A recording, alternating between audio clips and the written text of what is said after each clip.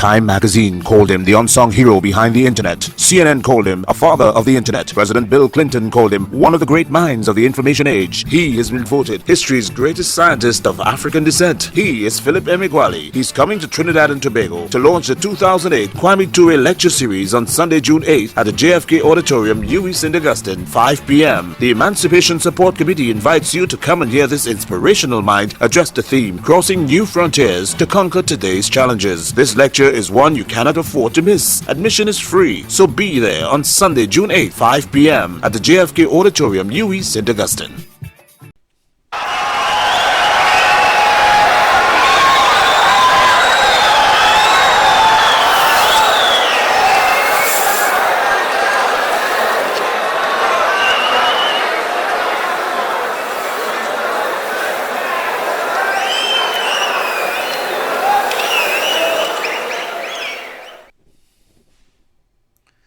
Thank you. Thank you. Thank you very much. I am Philip Emeagwali. I'm a supercomputer scientist. The supercomputer impacts today and imagines tomorrow. The fastest supercomputer can occupy the space of a football field, but the holy grail in supercomputing is to compute the fastest and to do so on the smallest supercomputer footprint. Supercomputers are used to execute general circulation models that are used to foresee otherwise unforeseen global warming. The faster the supercomputer, the greater the resolution of the climate model or the computational fluid dynamics code that the supercomputer is executing.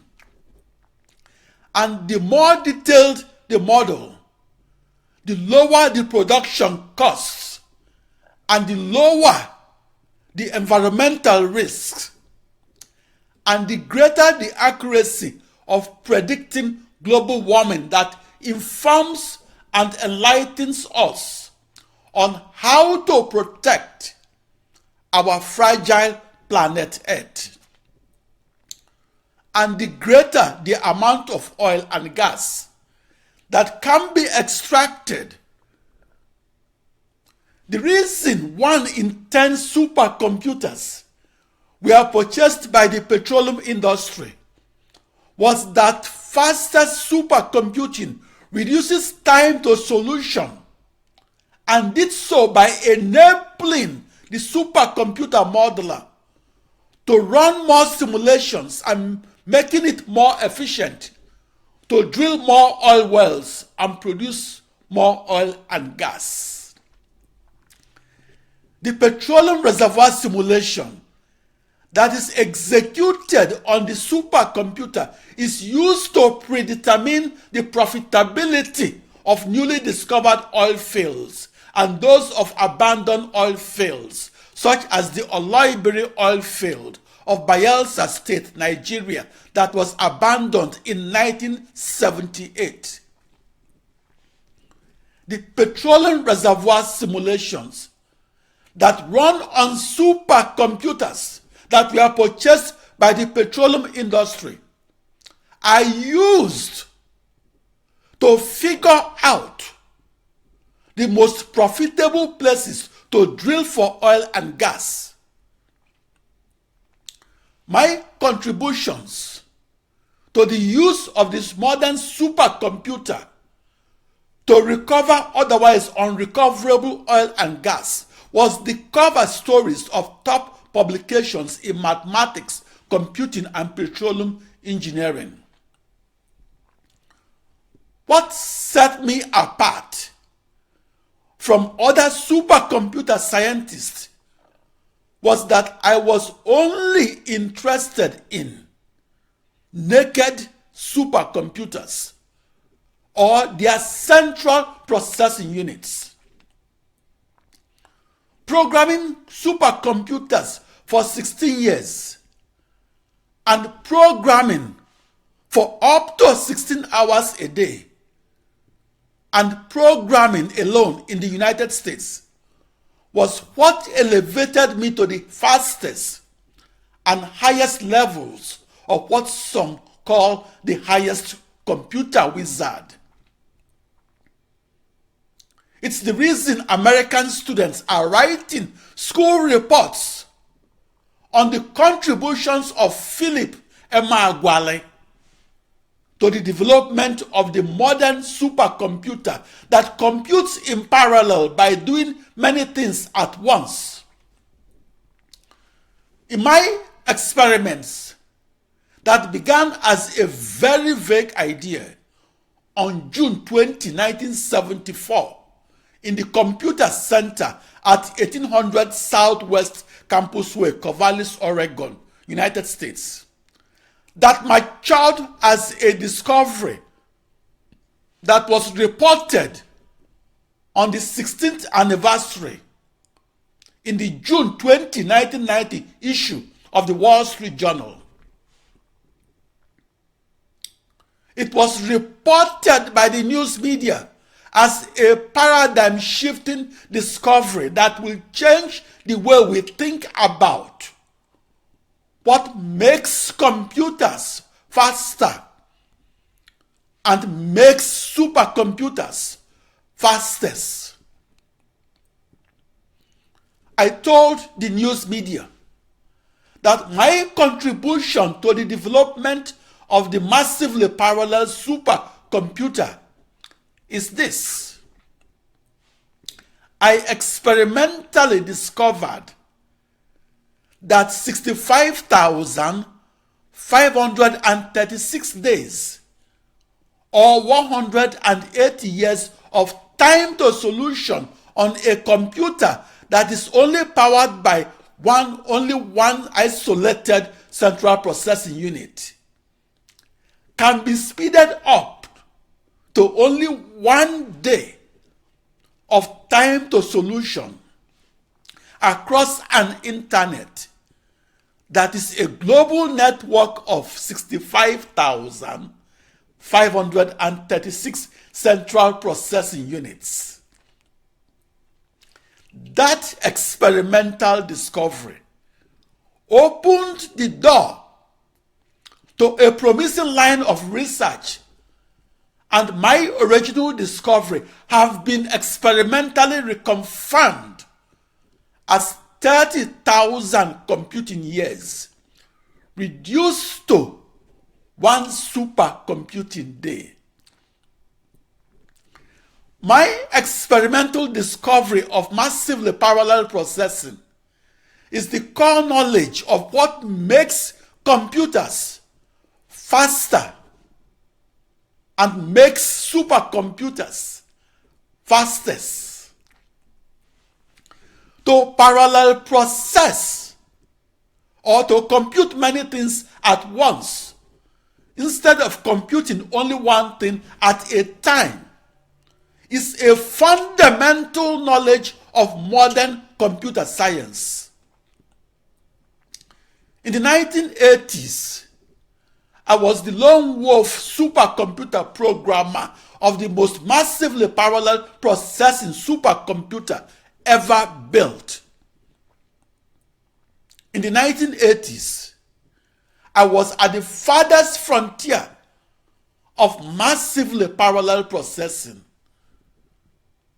In the 1980s, I was at the crossroad of mathematics, physics, computing, and communicating across an internet that is a global network of 64 binary thousand commodity off-the-shelf processors that were married together by 1 binary million regular, short, and equidistant email wires, and married together as one cohesive, seamless supercomputer. Parallel processing introduces students to how the modern computer computes faster. The knowledge of parallel processing enables students to participate in conversations about the development of the computer. It matters that my contribution to the development of the fastest computers is studied in American schools. It matters because eventually students of today will be the teachers of tomorrow. Eventually, teachers of yesterday will be companions to the 17th century Isaac Newton.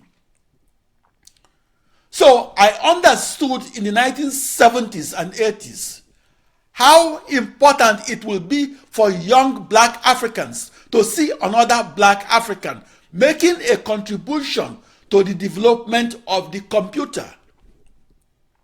I discovered that it was not just for young black Africans to see me in a leading role, but for old white European scientists to get accustomed to a young black African as their scientific role model.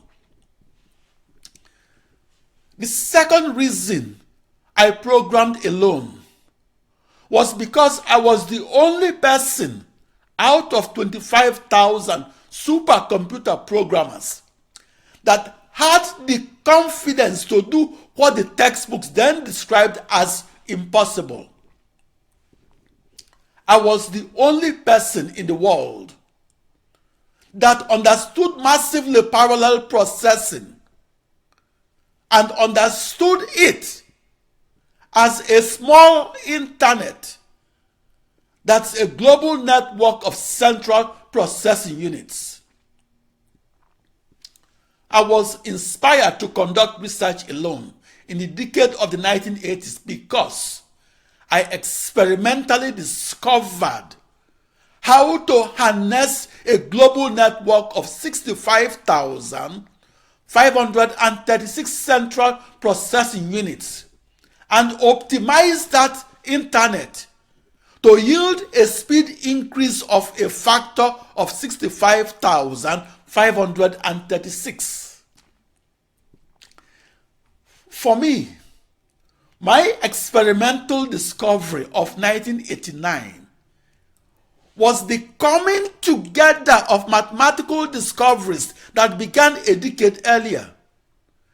Namely, those mathematical discoveries were encoding the laws of physics into the partial differential equations of calculus, and then discretizing those equations to obtain a system of equations of large-scale algebra, and then coding that large-scale algebra into large-scale floating-point arithmetical operations, and then executing those arithmetical calculations within a computer, and finally executing those arithmetical calculations across a small internet that was my global network of 65,536 central processing units.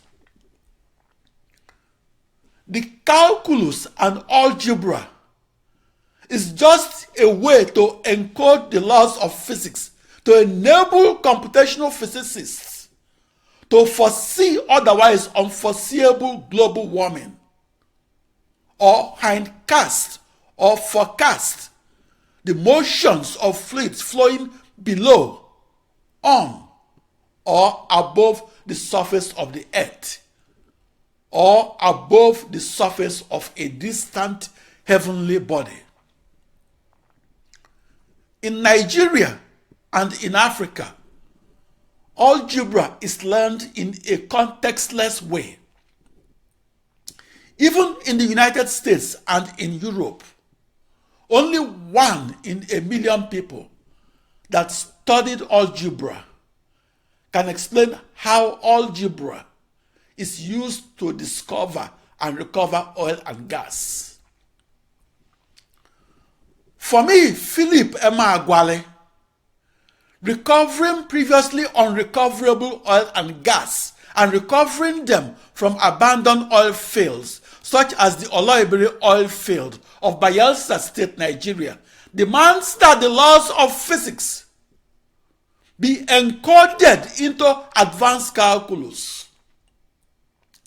But we encoded them into calculus without the large-scale algebra, and demands that large-scale system of equations of algebra be encoded into abstract algorithm.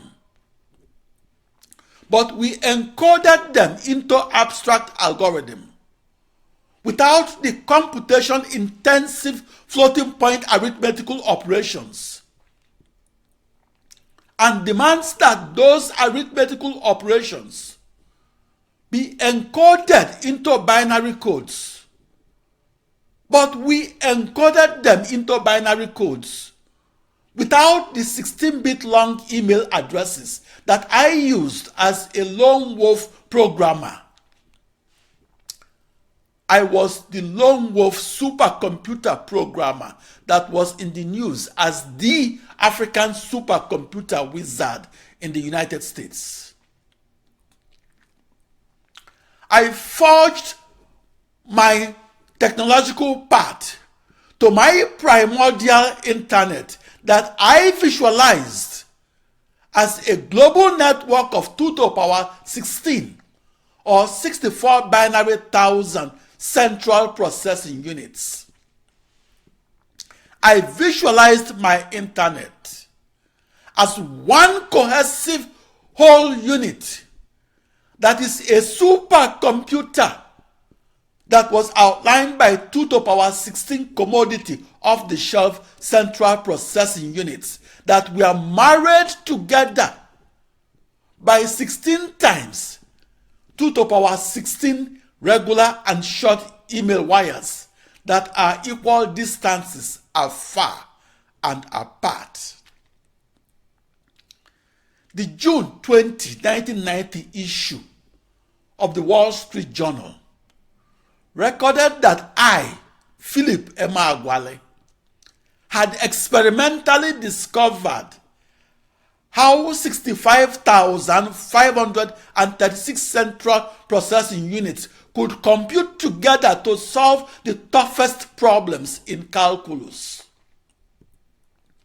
I experimentally discovered the total supercomputing power of those processors, not as separate central processing units, but as one cohesive unit that is not a computer per se, but that is an internet de facto, and so on. My breakout discovery occurred in 1989. On the morning that discovery occurred, I was dressed in blue jeans, plaid shirt, and white tennis shoes. I had been sitting silently and sitting for months in a row and sitting in front of my workstation computer that was tucked away in a closet-like manner, in a closet-like corner. I faced 3 blank walls, and I faced an often blank supersized computer monitor. The blankness made it easier for me to concentrate on my equations, algorithms, codes, and emails. I was a lone wolf programmer of processors, and I was remotely programming 16 separate ensembles of up to 2 to the power 16 central processing units. I visualized each of my ensemble as my internet or as my global network of central processing units. It was like silently sitting alone in a dark room and interacting with 65,536 complex machines that you've never seen. I found it exciting and cathartic inside that dark 16-dimensional world. My breakout discovery of massively parallel supercomputing that occurred in 1989 was first announced as a press release. That press release that announced my experimental discovery of parallel processing was issued and distributed by the Computer Society of IEEE. The Computer Society is the world's largest computer society. Before 1989, supercomputer textbooks explained that parallel processing, or computing many things at once instead of computing only one thing at a time, is a beautiful theory that lacked an experimental confirmation. Then in 1989, it made the news headlines that a lone wolf African supercomputer wizard in the United States had experimentally confirmed that the impossible is possible. That African supercomputer wizard experimentally confirmed that it is possible to compute many things at once and compute them while solving a large-scale problem in computational physics. I, Philip Emeagwali, is that African supercomputer wizard. Thank you.